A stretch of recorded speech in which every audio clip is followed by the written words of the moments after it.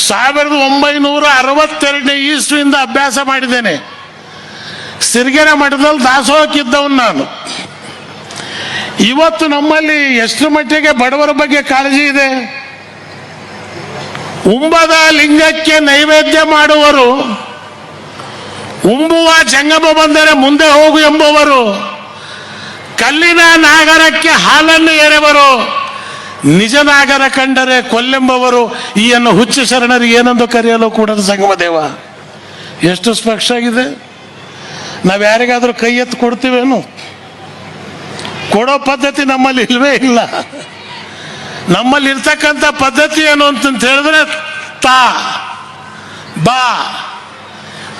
ಇವತ್ತು ಈ ಮಠಗಳು, ಇದ್ರ ಇತಿಹಾಸ ಏನು ಲಿಂಗಾಯತರಿಗೆ ಗೊತ್ತಿದೆಯಾ?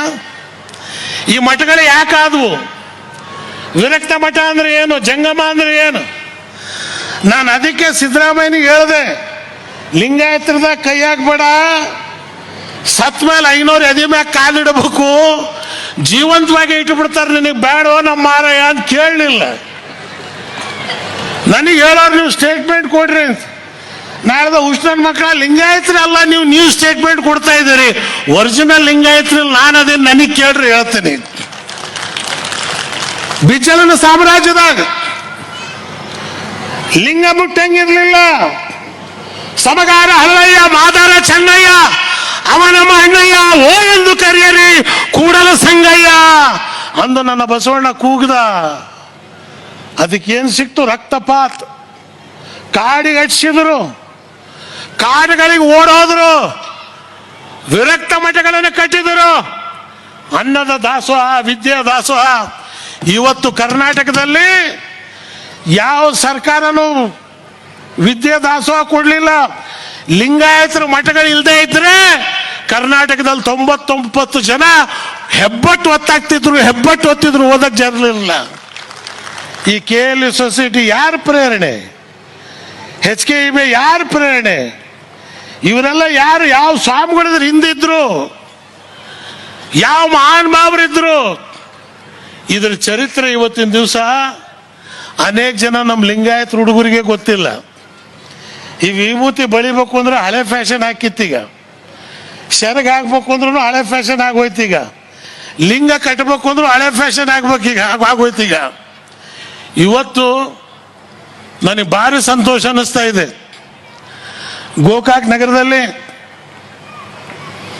ಈ ಮಠದ ಏನು ಬಸವ ತತ್ವದ, ಬಸವ ಧರ್ಮದ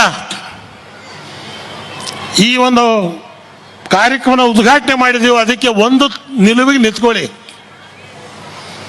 ವೀರಶೈವ, ವೀರತ್ವ ಇರಬೇಕು. ಅದು ವೀರತ್ವ ಇಲ್ಲದೆ ಇದ್ರೆ ಬರೀ ಶೈವತ್ವ ಇದ್ರೆ ಏನು ಪ್ರಯೋಜನ ಆಗಲ್ಲ. ಛಲ ಬೇಕು ಶರಣಂಗೆ ಪರಧನ ವಲ್ಯನಂಬ, ಛಲ ಬೇಕು ಶರಣಂಗೆ ಪರಸತಿ ವಲ್ಯನಂಬ. ಇವತ್ತು ಯಾರಾದ್ರೂ ಒಬ್ರು ಶರಣರು ತೋರಿಸ್ತೀರಾ? ನನ್ನ ರಾಜಕಾರಣಕ್ಕೆ ತಂದವರು ನಿಜಲಿಂಗಪ್ಪನವರು, ಪರಮ ಪೂಜ್ಯರು, ಮುಖ್ಯಮಂತ್ರಿ, ಕಾಂಗ್ರೆಸ್ ಅಧ್ಯಕ್ಷರು. ಬಸ್ ಸ್ಟ್ಯಾಂಡಿಂದ ಮನೆ ಹೋಗ್ಬೇಕಾದ್ರೆ ನಡ್ಕೊಂಡು ಹೋದ್ರು, ಕಾರ್ ಇರಲಿಲ್ಲ. ಬ್ಯಾಂಕ್ನಾಗ 400 ರೂಪಾಯಿ ದುಡ್ಡಿರಲಿಲ್ಲ. ಆದ್ರೆ ಇವತ್ತಿನ ರಾಜಕಾರಣಿ ಪಾಪಿಯ ಧನ ಪ್ರಾಯಶ್ಚಿತ್ತಕ್ಕಲ್ಲದೆ ಸತ್ಪಾತ್ರಕ್ಕೆ ಸಲ್ಲದಯ್ಯ. ನಾಯಿಯ ಹಾಲು ನಾಯಿ ಮಕ್ಕಳಿಗಲ್ಲದೆ ಪಂಚಾಮೃತಕ್ಕೆ ದಕ್ಕದಯ್ಯ. 12ನೇ ಶತಮಾನದಲ್ಲಿ ಬಸವಣ್ಣ ಅಡ್ವಾನ್ಸ್ ಆಗಿ ಹೇಳೋದ. ವೀರೇಂದ್ರ ಪಾಟೀಲ್ರು ಸಾಯ್ಬೇಕಾದ್ರೆ 80 ಲಕ್ಷ ರೂಪಾಯಿ ಸಾಲ ಇತ್ತು. ಇವತ್ತಂತ ಒಬ್ಬ ಶರಣರನ್ನು ತೋರ್ಸಕ್ ಸಾಧ್ಯವಾ? ಅಪ್ಪನಗೌಡ ಪಾಟೀಲ್ ಸಂಕೇಶ್ವರ್ ಶುಗರ್ ಫ್ಯಾಕ್ಟ್ರಿ ಮಾಡಿದ ಮಹಾನುಭಾವ. ಸಾಯ್ಬೇಕಾದ್ರೆ ಏನಾದ್ರು ಆಸ್ತಿ ಇತ್ತ? ಅವ್ರ ಮಕ್ಕಳೆಲ್ಲದಾರ ಅಂತ ನೀವು ಯಾರಾದ್ರೂ ವಿಚಾರಿಸ್ತಾ ಇದ್ದೀರಾ? ನಿಮಗೇನಾದ್ರೂ ಕಲ್ಪನೆ ಇದೆಯಾ? ಅಪ್ಪನಗೌಡ ಪಾಟೀಲ್ರವರ ಶಿಲೆಗೆ ಹೂವಿನ ಹಾರ ಹಾಕ್ತೀರಿ, ಅವ್ರ ಮಕ್ಕಳು ಉಣ್ತಾ ಇದಾರೋ ಇಲ್ಲೋ, ಪ್ರಸಾದ ಇದೆಯೋ ಇಲ್ಲೋ, ಯಾರು ಕೇಳಿ ನೋಡೋರಿಲ್ಲ. ಯಾಕಂದ್ರೆ ಅವ್ರ ಅಧಿಕಾರದಾಗ ಇಲ್ಲ. ಅಧಿಕಾರದಾಗ ಇದ್ರೆ ಟೇಪ್ ಕಟ್ ಮಾಡಕ್ ಕರೆಸ್ತೀರಿ, ಉದ್ಘಾಟನೆ ಕರೆಸ್ತೀರಿ, ಅಧಿಕಾರ ಇಲ್ಲದೆ ಇದ್ರೆ ಇದು ಏನು ನಡೆಯಲ್ಲ, ಬಿಡಲೇ ಮಾರ್ಯ, ಎಲ್ಲಿ ಹಚ್ಚಿದ್ರು ಹೋಗಲ್ಲ ಅಂತೀರಿ. ಇದು ಇವತ್ತಿನ ಕಾಲ. ಅದಕ್ಕೆ ಒಂದು ನಿಲುವನ್ನು ಸ್ಪಷ್ಟವಾಗಿ ಹಿಡೀರಿ. ಒಂದು ರಾಜರ ಸಭೆಯಲ್ಲಿ ಒಬ್ಬ ನಪುಂಸಕ ಇದ್ದ, ಒಬ್ರು ಆಚಾರ್ಯರಿದ್ರು, ಭಾರಿ ದೊಡ್ಡ ವಿಚಾರವಂತರು. ಈ ನಪುಂಸಕ ಯಾವತ್ತೂ ಸಿಟ್ಟು ಮಾಡೋನು, ರಾಜರು ಯಾವತ್ತೂ ಈ ಆಚಾರ್ಯರಿಗೆ ಮರ್ಯಾದೆ ಕೊಡ್ತಾರೆ ಅಂತ. ಅವ್ರಿಗೆ ಹೇಳಿದ್ರು, ಇಲ್ಲ ಕಣೆ ಭಾರಿ ಬುದ್ಧಿವಂತ ಅಂತ. ಆ ನಪುಂಸಕ ಹೇಳ್ದ, ಹಂಗಾರೆ ಈ ಆಚಾರ್ಯ ಬುದ್ಧಿವಂತರಿದ್ರೆ ನನ್ನ 3 ಪ್ರಶ್ನೆಗೆ ಉತ್ತರ ಕೊಡು ಅಂತ ಹೇಳ್ರಿ ಅಂತ. ಕೇಳಲ್ಲ ಅಂದ್ರು. ಈ ಜಗತ್ನಾಗ ಆಕಾಶದ ಮೇಲೆ ನಕ್ಷತ್ರಗಳು ಎಷ್ಟಿದಾವೆ ಹೇಳು ಅಂದ. ಆಚಾರ್ಯರು ಪರೇಶಾನ್ ಆದರು. 2ನೇ ಪ್ರಶ್ನೆ, ಈ ಜಗತ್ನಲ್ಲಿ ಸೆಂಟರ್ ಇರೋ ಜಾಗ ಯಾವುದು ಹೇಳು ಅಂದ. 3ನೇ ಪ್ರಶ್ನೆ, ಈ ಜಗತ್ನಲ್ಲಿ ಗಂಡಸರು ಎಷ್ಟಿದ್ದಾರೆ ಹೆಂಗಸರು ಎಷ್ಟಿದ್ದಾರೆ ಹೇಳು ಅಂದ. ಆಚಾರ್ಯರು ಸುಸ್ತಾಗ್ಬಿಟ್ರು. ಏನು ಮಾಡೋದು?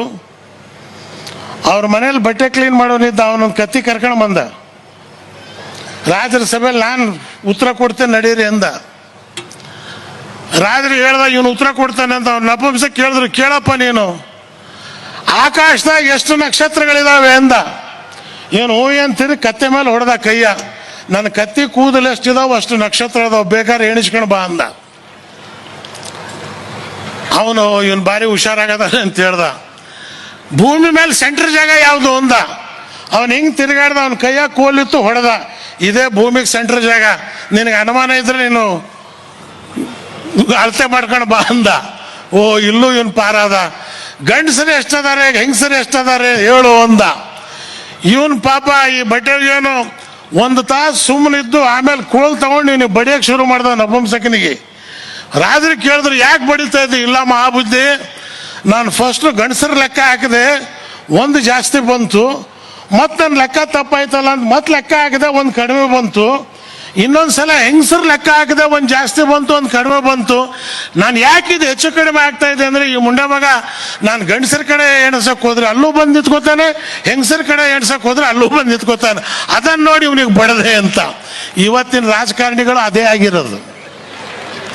ಇವತ್ತಿನ ಇಲ್ಲೂ ಅಲ್ಲೂ, ಇಲ್ಲೂ ಅಲ್ಲೂ, ಎಲ್ಲೆಲ್ಲೂ ಅವರೇ.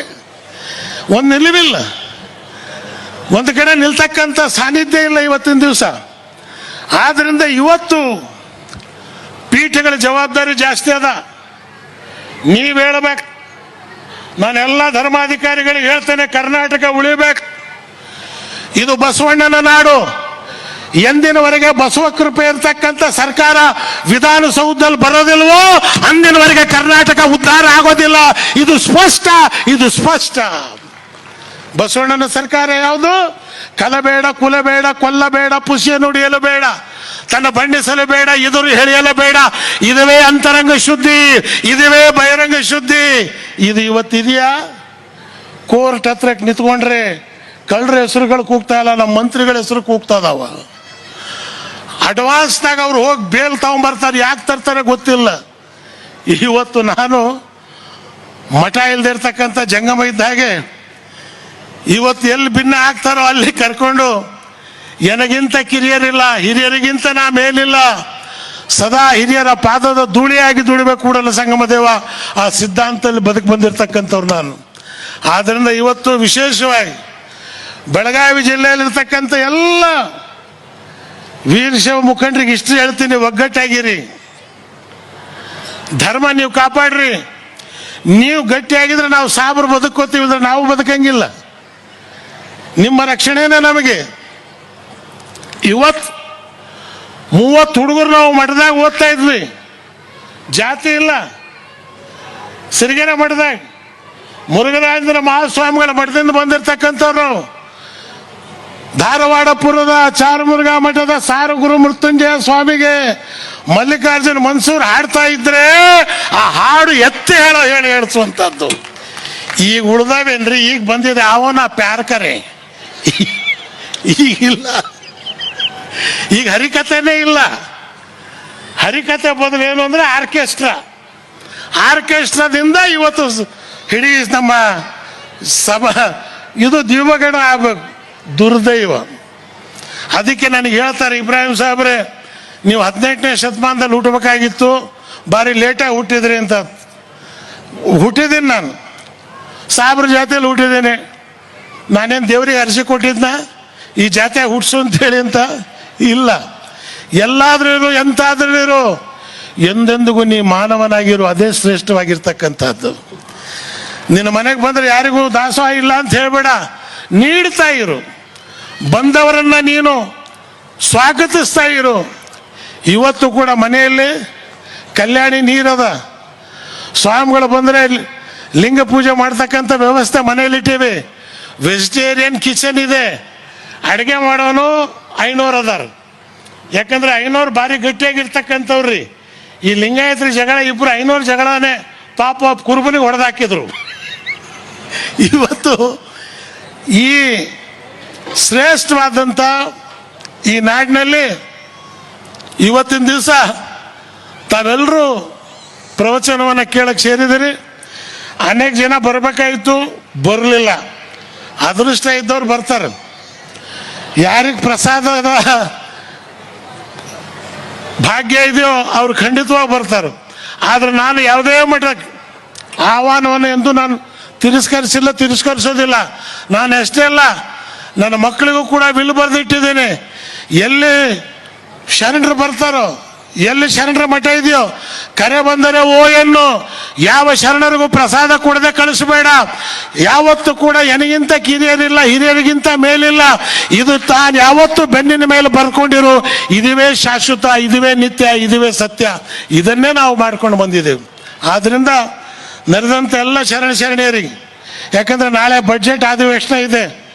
ನಮ್ಮ ಬಸವರಾಜ ಬೊಮ್ಮಣ್ಣ ಇಡ್ತದನ್ನ ಬಡ್ಜೆಟ್ಟು ನಮ್ಮ ಭಾರಿ ಸ್ನೇಹಿತನೇ. ಆ ಕಡೆ ಕಂಪ್ನಿಯಾಗ ಅದೀವಿ, ನಾವು ಈ ಕಡೆ ಕಂಪ್ನಿಯಾಗಿದ್ದೀವಿ, ಆದ್ರೆ ಭಾರಿ ಸ್ನೇಹಿತರು. ಈಗ ಇಲ್ಲೂ ಕೂಡ ನಮಗೆ ಪ್ರಭಾಕರ್ ಕೋರಿ ಅವರು, ಕವಟಿ ಮಠಗವರು, ಯಾರ್ಯಾರು ನಮ್ಮವ್ರು ಇಲ್ಲ ಅಂತೇಳಿ ಕೌಜಲ್ಗೆ ಅಜ್ಜ ಅವ್ರು ಎಲೆಕ್ಷನ್ ಮಾಡಿದೆ. ಮೊನ್ನೆ ಮೊಮ್ಮಗಂದು ಎಲೆಕ್ಷನ್ ಮಾಡಿದ್ವಿ ನಾವು. ಆ ಕಾಲದಿಂದ ನೋಡ್ಕೊಂಡು ಬರ್ತಾ ಇದ್ದೀವಿ. ಇಷ್ಟೇ ಎಲ್ಲ ಶರಣೆಯರ ಪಾದಕ್ಕೆ ನಮಸ್ಕಾರ ಮಾಡಿ ನಾನು ಪ್ರಾರ್ಥನೆ ಮಾಡೋದು, ಇವನಾರವ ಎನಿಸಿದರಯ್ಯ, ಇವ ನಮ್ಮವ ಎನಿಸಯ್ಯ. ಮಹದಾನಿ ಕೂಡಲ ಸಂಗಮ ದೇವ, ನಿಮ್ಮ ಶರಣರ ಪಾದದ ಧೂಳಿಯಾಗಿ ದುಡು ಎಂಬುವ ಸಂಕಲ್ಪವಯ್ಯ. ಎಲ್ರಿಗೂ ಶರಣಾರ್ಥಿಗಳು ನಮಸ್ಕಾರ. ಜೈ ಹಿಂದ್, ಜೈ ಕರ್ನಾಟಕ. ಬೇಕು ನಮಗೆ